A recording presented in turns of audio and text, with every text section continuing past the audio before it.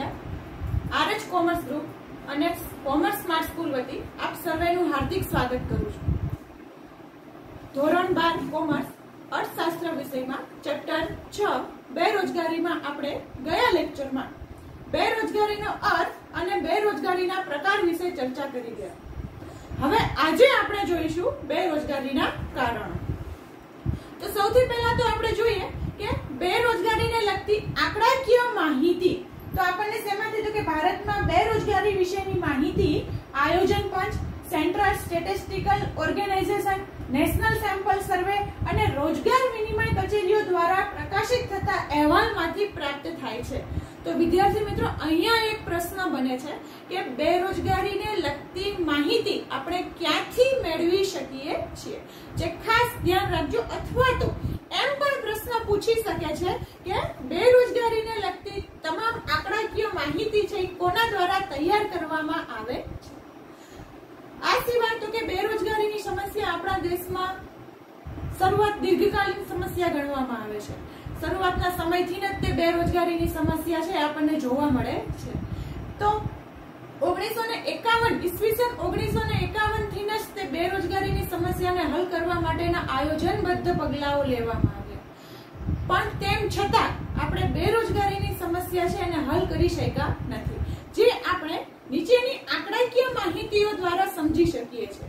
જેમ કે તો કે ભારતમાં પ્રથમ પંચવર્ષીય યોજનાને અંતે 53 લાખ બેરોજગારો હતા, જે વધીને પાંચમી યોજનાને અંતે 304 લાખ બેરોજગારો થયા અને નવમી યોજનાને અંતે વધીને 348.5 લાખ લોકો બેરોજગાર થયા।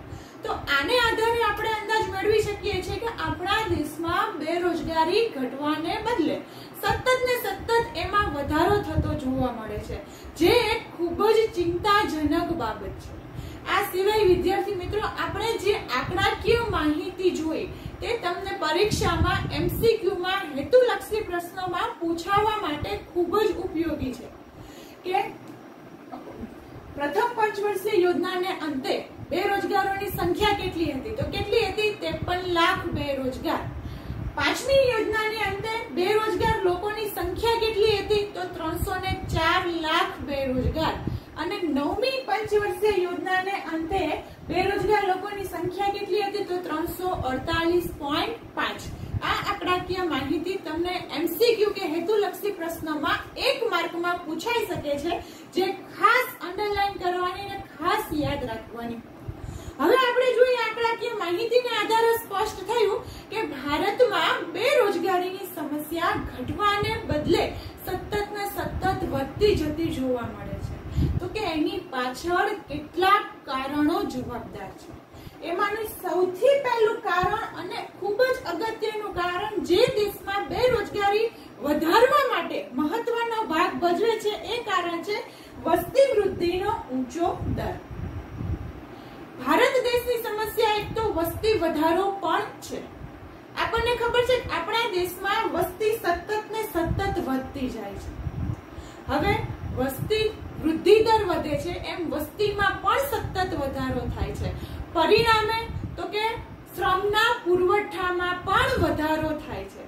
એટલે કે તો કે નવા શ્રમિકો છે એ રોજગારી મેળવવાની શોધમાં ઉમેરાતા જાય છે, પણ સામે પક્ષે રોજગારીનું સર્જન એટલા પ્રમાણમાં કરી શકાતું નથી, માટે બેરોજગારીની સમસ્યા છે તીવ્ર બનતી જોવા મળે છે। એક અંદાજ મુજબ આપણે જોઈએ તો ભારતમાં પ્રતિ વર્ષ 1.70 કરોડ જેટલી વસ્તી વધે છે, જે ઓસ્ટ્રેલિયા દેશ છે એની કુલ વસ્તીથી પણ વધારે છે। વિદ્યાર્થી મિત્રો, જો તમે આપણા દેશમાં વસ્તી દર વર્ષે કેટલી વધે છે તો કે 1.70 કરોડ જેટલી વસ્તી દર વર્ષે વધે છે, જે ઓસ્ટ્રેલિયા દેશ છે તો કે એની જે કુલ વસ્તી છે એના કરતા પણ વધારે છે। એટલા માટે જ આપણા દેશમાં બેરોજગારી જેવી સમસ્યાઓ જોવા મળે છે। તો ઊંચા દરે વધતી વસ્તી છે તો કે એની સામે આપણો દેશ રોજગારી આપવાના સાધનો પૂરતા પ્રમાણમાં પૂરા પાડી શક્યો નથી, પરિણામે બેરોજગારીમાં વધારો થાય એ સ્વાભાવિક છે। ભારતમાં શ્રમના પુરવઠામાં તો સતત વધારો થાય છે, પણ સામે પક્ષે રોજગારીની તકોમાં એટલો વધારો થઈ શકતો નથી. માટે બેરોજગારી છે એમાં સતત ને સતત વધારો થતો જાય છે. ત્યારબાદ આપણે જોઈએ વિદ્યાર્થી મિત્રો બીજું કારણ. બીજું કારણ છે રોજગારીની તકોમાં ધીમો વધારો. હવે અહીંયા જોઈએ તો કે રોજગારીને અને આર્થિક વિકાસ વચ્ચે ગાઢ સંબંધ જોવા મળે છે. આર્થિક વિકાસ થાય તો એવું માનવામાં આવે છે કે રોજગારીમાં પણ વધારો થશે, પણ આપણા દેશમાં આર્થિક વિકાસનો દર વધેલો જોવા મળે છે, પણ રોજગારી છે એમાં વધારો થતો જોવા મળતો નથી. અને એટલા માટે જ એમ કહી શકાય કે ભારતનો આર્થિક વિકાસ એ રોજગારી વગરનો વિકાસ રહ્યો છે. જે તમને વિધાન સ્વરૂપે પૂછી શકે છે 2 માર્કમાં, એટલે ખાસ ધ્યાન રાખજો. આ રીતે પ્રશ્ન પૂછાય કે ભારતનો આર્થિક વિકાસ એ રોજગારી વગરનો વિકાસ છે, સમજાવો. તો શું કામ? તો કે આર્થિક વિકાસને અને રોજગારીને ગાઢ સંબંધ છે, પણ આપણા દેશમાં આર્થિક વિકાસ વધે છે, આર્થિક વિકાસના દરમાં વધારો થાય છે, પણ રોજગારીમાં આપણે એટલો વધારો કરી શકતા નથી.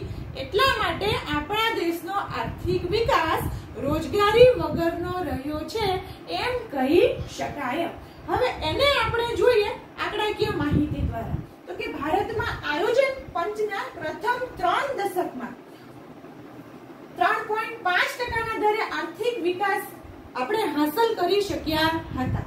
હવે જે વધીને 10મી યોજનામાં 7.6% જેટલો વધારો આપણને જોવા મળ્યો અને 11મી યોજનામાં 7.8% વધીને થયો હોવા છતાં યોજનાને અંતે બેરોજગારોની સંખ્યા છે એ વધતી ગઈ છે. તો કે એની પાછળનું મુખ્ય કારણ તો કે આપણે રોજગારીની તકો છે એમાં વધારો કરી શક્યા નથી. ખેતી ક્ષેત્રની વાત કરીએ તો કે ખેતી ક્ષેત્રે હરિયાળી ક્રાંતિ અમુક વિસ્તાર પૂરતી જ મર્યાદિત રહી છે, અને કૃષિ સિવાયના ક્ષેત્રો જેમ કે ઉદ્યોગ ક્ષેત્ર, સેવા ક્ષેત્ર વગેરેમાં પણ રોજગારીની નવી તકોનું સર્જન કરવામાં આપણા દેશને સફળતા મળેલી નથી. પરિણામે બેરોજગારી છે એમાં સતત ને સતત વધારો થતો જોવા મળે છે. ત્યારબાદનું કારણ આપણે જોઈએ બચત અને મૂડીરોકાણનો નીચો દર.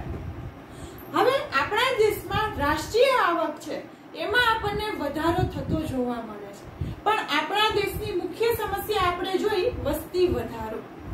વસ્તી વધારાને કારણે નીચી માથાદીઠ આવક આપણને જોવા મળે છે. આ સિવાય તો કે વધતી જતી વસ્તી છે તો કે નીચી માથાદીઠ આવક, બોજારૂપ વસ્તી છે તો કે એના નિભાવ પાછળ થતા ખર્ચને કારણે બચત અને મૂડી રોકાણનો દર નીચો રહે છે.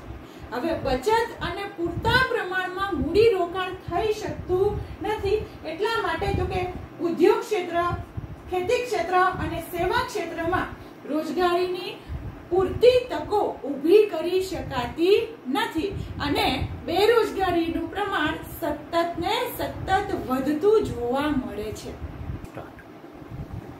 ત્યારબાદ જોઈએ હવે આપણે ચોથું કારણ મૂડી પ્રધાન ઉત્પાદન પદ્ધતિ. ભારતમાં મૂડીની અછત છે, પણ સામે શ્રમની ખૂબ જ છત. એટલે આપણને ખબર છે દેશમાં વસ્તી ખૂબ જ વધારે છે, એટલે શ્રમનો પુરવઠો પણ વધારે છે.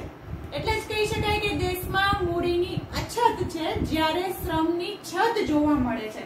અને આથી ભારતમાં જો બેરોજગારીની સમસ્યા હલ કરવી હોય તો શ્રમ પ્રધાન ઉત્પાદન પદ્ધતિ વાપરવી ખૂબ જ અનુકૂળ નીવડે.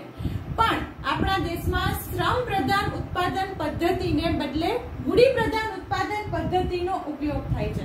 એમાં ખાસ કરીને બીજી પંચવર્ષીય યોજનાથી મોટા અને પાયાના ઉદ્યોગોનો વિકાસને વધારે મહત્વ આપવામાં આવ્યું. તેથી જ પંચવર્ષીય યોજનાઓમાં ભારતે મૂડી પ્રધાન ઉત્પાદન પદ્ધતિને વધુ મહત્વ આપ્યું છે, જ્યારે શ્રમ પ્રધાન ઉત્પાદન પદ્ધતિ છે અને વધારે મહત્વ આપવામાં આવ્યું નથી. આ સિવાય તો કે ખેતી અને ઉદ્યોગ ક્ષેત્રમાં વધારે ને વધારે યાંત્રીકરણ કરવામાં આવ્યું કે જે આ યાંત્રીકરણને કારણે શ્રમિકોની જરૂરિયાત ઓછી ઊભી થાય છે એટલે કે બેરોજગારીમાં આપણને વધારો થતો જોવા મળે છે, જે રોજગારીમાં ખૂબ જ ધીમા દરે વધારો કરે છે.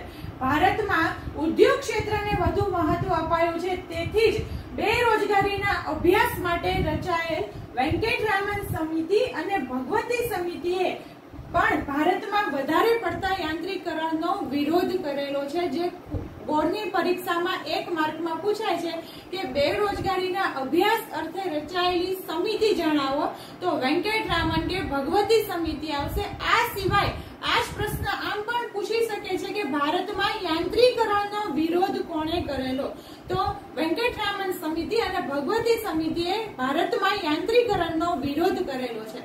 આ સિવાય તમને એક અહીંયા વિધાન પણ પૂછી શકાય છે કે ભારતમાં બેરોજગારીની સમસ્યા હલ કરવા માટે શ્રમ પ્રધાન ઉત્પાદન પદ્ધતિ વધારે અનુકૂળ છે, સમજાવો.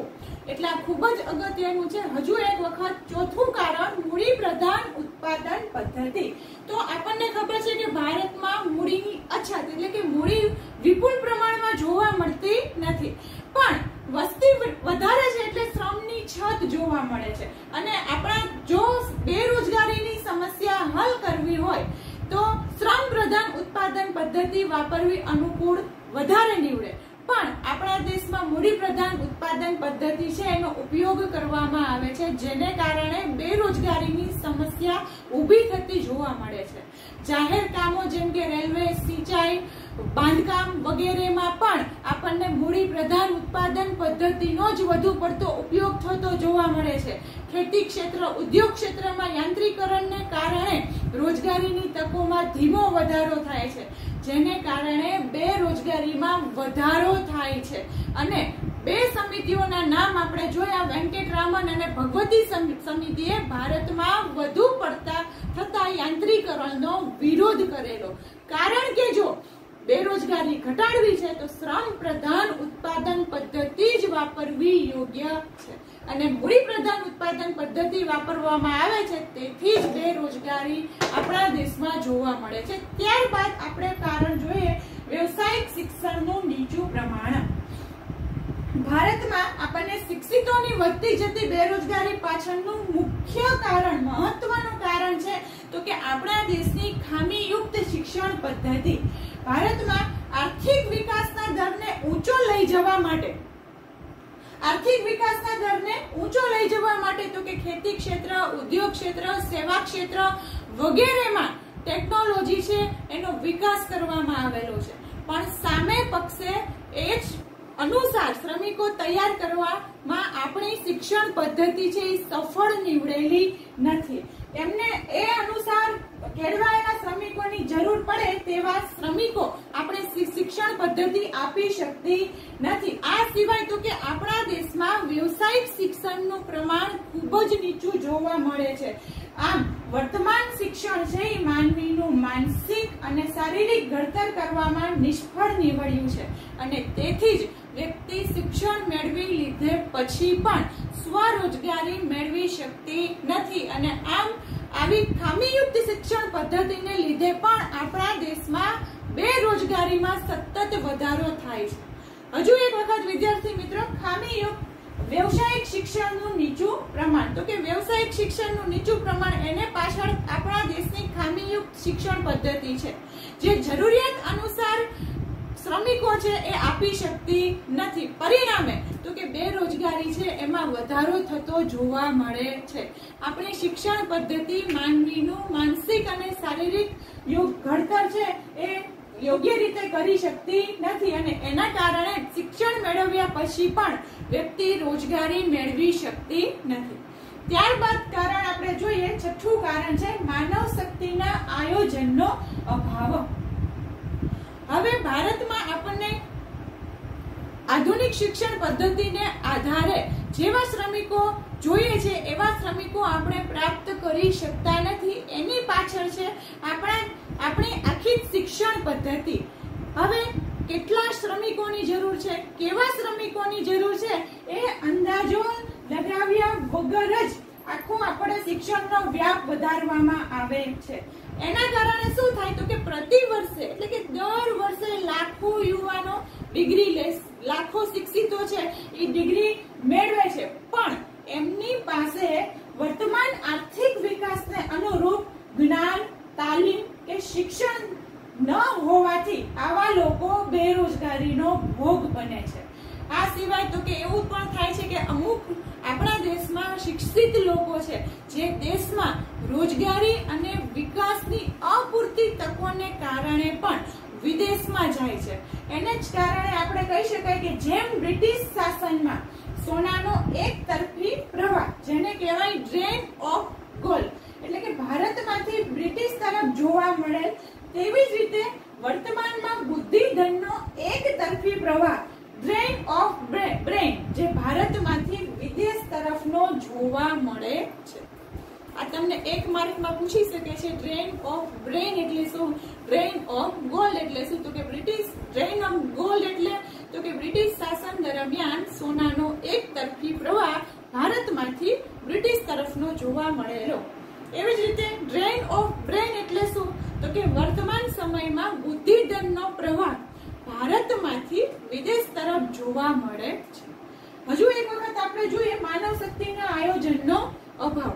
તો કે આપણા દેશની શિક્ષણ પદ્ધતિ યોગ્ય માનવ શક્તિનું આયોજન કરી શકી નથી, કેમ કે જેવા શ્રમિકોની જરૂરિયાત ઊભી થાય એવા શ્રમિકો તૈયાર કરવામાં આપણી શિક્ષણ પદ્ધતિ સફળ થયેલી નથી. એટલે કે લાખો લોકો ડિગ્રી તો મેળવે છે, પણ એનામાં એટલું કૌશલ્ય હોતું નથી કે તે યોગ્ય રીતે કામ કરી શકે.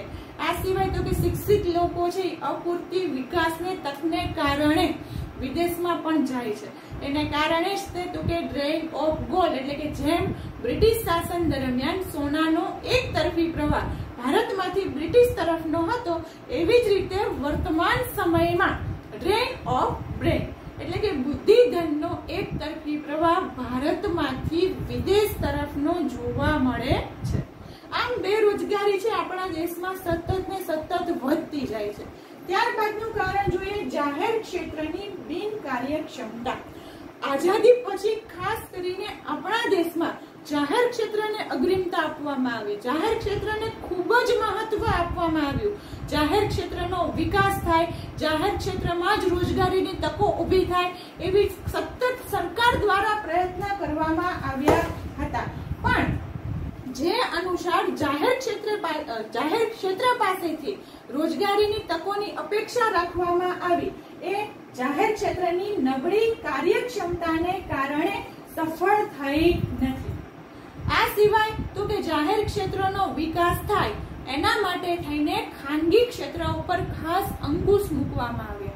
ખાનગી ક્ષેત્ર ઉપર પૂરતું ધ્યાન આપવામાં આવ્યું નહીં, અને એટલા માટે તે આપણને રોજગારીની તકો આપણા દેશમાં ખૂબ જ ઓછી ઊભી થઈ, અને પરિણામે બેરોજગારી છે એમાં વધારો થતો જોવા મળે છે. હજુ એક વખત જાહેર ક્ષેત્રની બિનકાર્યક્ષમતા. તો આઝાદી પછી તે સમયગાળામાં શેને વધારે મહત્વ આપવામાં આવ્યું? ખાનગી ક્ષેત્ર કરતા પણ જાહેર ક્ષેત્રને વધારે મહત્વ આપવામાં આવ્યું. હવે જાહેર ક્ષેત્રનો વિકાસ થાય એટલે ખાનગી ક્ષેત્ર ઉપર અંકુશ મૂકી દેવામાં આવ્યા. ખાનગી ક્ષેત્ર ઉપર બિલકુલ ધ્યાન આપવામાં આવતું નહીં, કારણ કે એવી અપેક્ષા હતી કે જાહેર ક્ષેત્રમાં વધારે ને વધારે રોજગારી પ્રાપ્ત થશે, પણ એ અપેક્ષામાં જાહેર ક્ષેત્ર નિષ્ફળ નીવડ્યું. પરિણામે તો કે જાહેર ક્ષેત્ર નિષ્ફળ નીવડ્યું, અને સામે પક્ષે તો કે ખાનગી ક્ષેત્રમાં પણ ધ્યાન આપવામાં આવ્યું ન હોવાથી યોગ્ય રોજગારીની તકો ઊભી થઈ શકી નહીં, અને બેરોજગારીનું પ્રમાણ વધતું જોવા મળે છે. ત્યારબાદ આપણે 8મું કારણ જોઈએ કૃષિ ક્ષેત્રના વિકાસની અવગણના. ભારત એ એક કૃષિ પ્રધાન દેશ છે. ભારતની મોટા ભાગની વસ્તી ગામડામાં વસે છે, અને જે ત્યાંની વસ્તી મોટા ભાગે કૃષિ ક્ષેત્ર ઉપર આધારિત હોય છે, એટલે કે રોજગારી માટે કૃષિ ક્ષેત્ર ઉપર જ આધારિત હોય છે. પણ અન્ય ક્ષેત્રને વધુ મહત્વ આપવામાં આવે છે, અને કૃષિ ક્ષેત્રને ઓછું મહત્વ આપવામાં આવતું હોવાથી તો કૃષિ ક્ષેત્રમાં રોજગારીની નવી તકો છે એને ઊભી કરી શકાતું નથી. અને આ સિવાય કૃષિ ક્ષેત્રે જોડાયેલા શ્રમિકો છે એને પૂરતા સમયનું કામ પણ મળી શકતું નથી. કારણ કે વસ્તીનું ભારણ પણ કૃષિ ક્ષેત્ર ઉપર આપણને જોવા મળે છે. આ સિવાય તો કે કૃષિ ક્ષેત્રે આવેલી હરિયાળી ક્રાંતિનો લાભ પણ અમુક રાજ્યો પૂરતો જ મર્યાદિત રહ્યો, જેમ કે તો કે પંજાબ અને હરિયાણા જેવા અમુક રાજ્યોને જ હરિયાળી ક્રાંતિનો લાભ થયો છે. આ સિવાય તો કે ખાસ કરીને ગ્રામ્ય વિસ્તારની વાત કરીએ તો કે ત્યાંના લોકો વધુને વધુ કૃષિ સાથે સંકળાયેલા હોય છે અને આવા વિસ્તારમાં કૃષિ સિવાયના અન્ય ક્ષેત્રનો પણ વિકાસ થતો નથી કે જેથી કરીને તેઓ રોજગારી મેળવી શકે. આ સિવાય તો કે ગ્રામ્ય વિસ્તારમાં આના કારણે આપણને પ્રચ્છન્ન બેરોજગારી અને મોસમી બેરોજગારી વધુ પ્રમાણમાં જોવા મળે છે. વધતી વસ્તીનું કૃષિ ક્ષેત્ર પર ભારણ, અપૂરતી સિંચાઈની સગવડ, કૃષિ ધિરાણની અપૂરતી સગવડ, વરસાદની અનિશ્ચિતતા તેમજ કૃષિ ક્ષેત્રના અન્ય જોખમોને કારણે ભારતમાં કૃષિ ક્ષેત્રનો વિકાસ પૂરતો થયો નથી.